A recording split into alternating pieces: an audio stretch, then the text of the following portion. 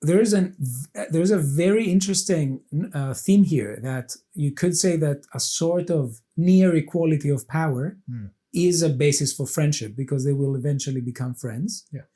And this is the basis for respect. Yeah. Because you could say that this is a tragic feature of life that many moralists lament about, is that at the end of the day, power has to be there. So it's not an issue of dispensing with power. It's an issue of learning how to use it correctly and how to not being tyrannical with it, but to use it for good. And for that, you need someone who is roughly approximate to yourself.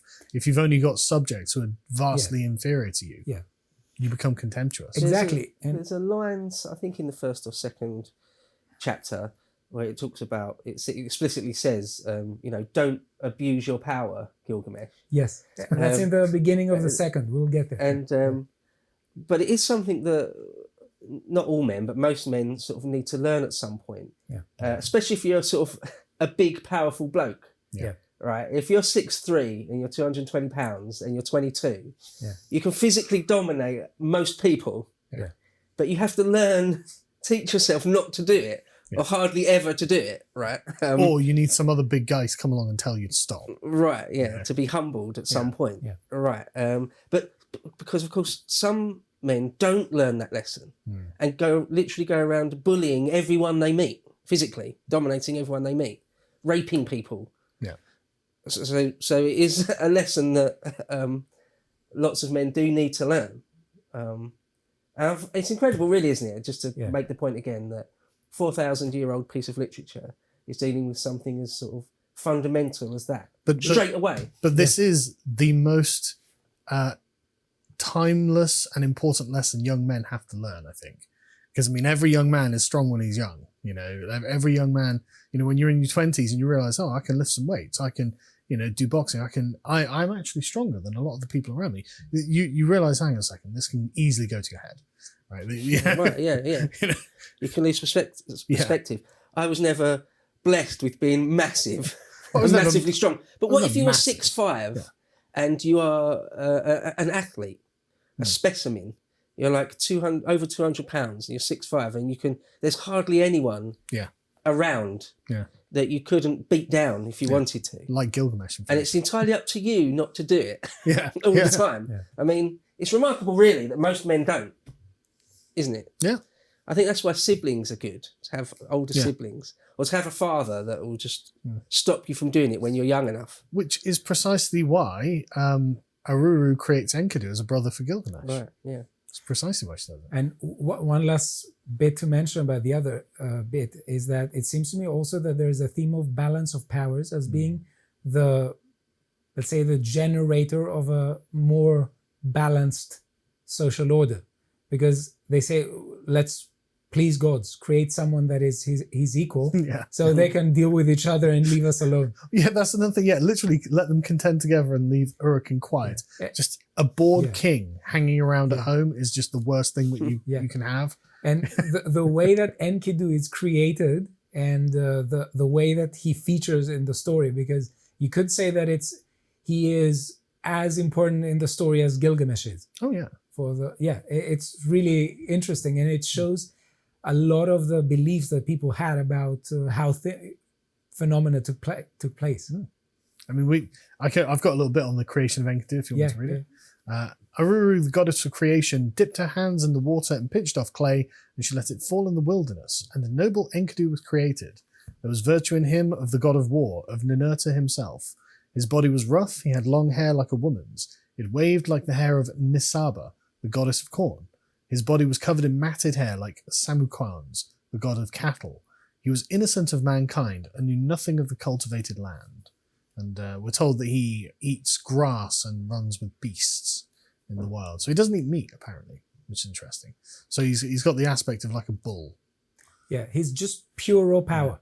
All of the ancient sort of carvings of him show him with horns as well. Yeah. So he's very much like a wild. He has a beastly nature into him, in the same way that Gilgamesh has in his city, and he tyrannizes his city. Yeah, Enkidu is supposed to be sort of something like a beast man. Yeah. More animal, more beast than man. He's not civilized. Yeah, that's exactly the point. That's the point of him, really, is that he's not civilized in any way.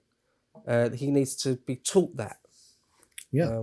He hangs out with animals. Yeah, like the gazelles quite often. Yeah. He's brothers with gazelles more than with other men. Yeah. Right, yeah. And there's a really nice theme there about women. Well, should we get to Shamat? Yeah. Sorry. So what I find interesting is Enkidu's first interaction with humans is destroying the traps of a trapper to save the animals from the traps. Yeah. And so the trapper goes to his father and says, there's this terrifying, giant, scary beast man out there who's destroying our traps. What are we going to do? And his father's like, well, go to Gilgamesh and ask him for a harlot to give to the beast man in order to tame him. And that's interesting, isn't it? That's the first thought on your mind? Oh, he needs a woman. Yeah, that will sort of tame his wilder, like beast man type passions, which we see every day. Yeah, it's mimetic. Like there are memes of the wild punk rocker guy who gets married and becomes normal, and this everyone that's women are part of the domestication process of men. That's definitely true.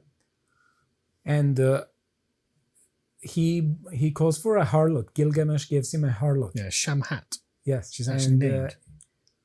They say that this is the ancient women's art. Yes, to lure him. Yeah, and I think there are further themes here. You could say it reminds me a bit of Aristotle. In what respect? In the place he gives to family for generating social order. Now, of course, Shamat and Enkidu don't become a family, but it's a form of saying that they have a kind of inclination, a propensity to mate, and that this is one of the major reasons why people come together and societies are created. Well, it seems that Enkidu likes Shamat because she stays with him and he stays with her. For 6 days and 7 nights. Yeah. It's interesting that most translations call her a harlot or the harlot, or sometimes a wanton. I think that's a really funny turn of phrase. But let's be clear, a prostitute. Poor old Shamat. A prostitute, yeah. Or another translation I heard, a child of pleasure. I don't think literally a child, but she's a prostitute. Yeah. And she's not ashamed in any way of it. No. And so the trapper Gilgamesh does give the trapper this harlot, and she sort of happily goes along with it. It seems got no qualms, no real questions. She gets undressed in front of Enkidu, and Enkidu's like, "This is new," and then they spend a week making love. But then he does become more of a man, less of an animal. Yes, because after that, the creatures don't want to have anything. They to ostracize him, don't they? So the plan works. The trapper's plan, or the trapper's father's plan, works perfectly. Yeah. And there are, as you say, lots and lots of examples of that in real life. People out there probably know it. It may even happen to them. Yeah. That you were sort of a completely loose cannon. You're sort of out of your mind, and then you had a proper grown-up relationship with a woman, and you become basically more civilized. You become reasonable a bit. Yeah. Right. That's happened to dozens of men, I know. Yes. Yeah. And there's lots of other examples where probably happened to me, especially when people have a family. Is that you basically stop doing crazy stuff. Yes. And you stop thinking only of yourself. Yeah. One example just springs to mind is that sometimes when an F1 driver gets married and has kids, he loses that magic touch. Yeah. It happened to Sebastian Vettel, some say it did.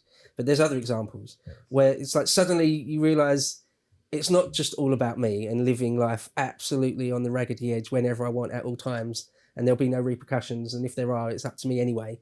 Suddenly all that goes out of the window, and you realise, oh, I'm part of something much, much bigger. Yeah. It's amazing the risks men are prepared to take with themselves, right?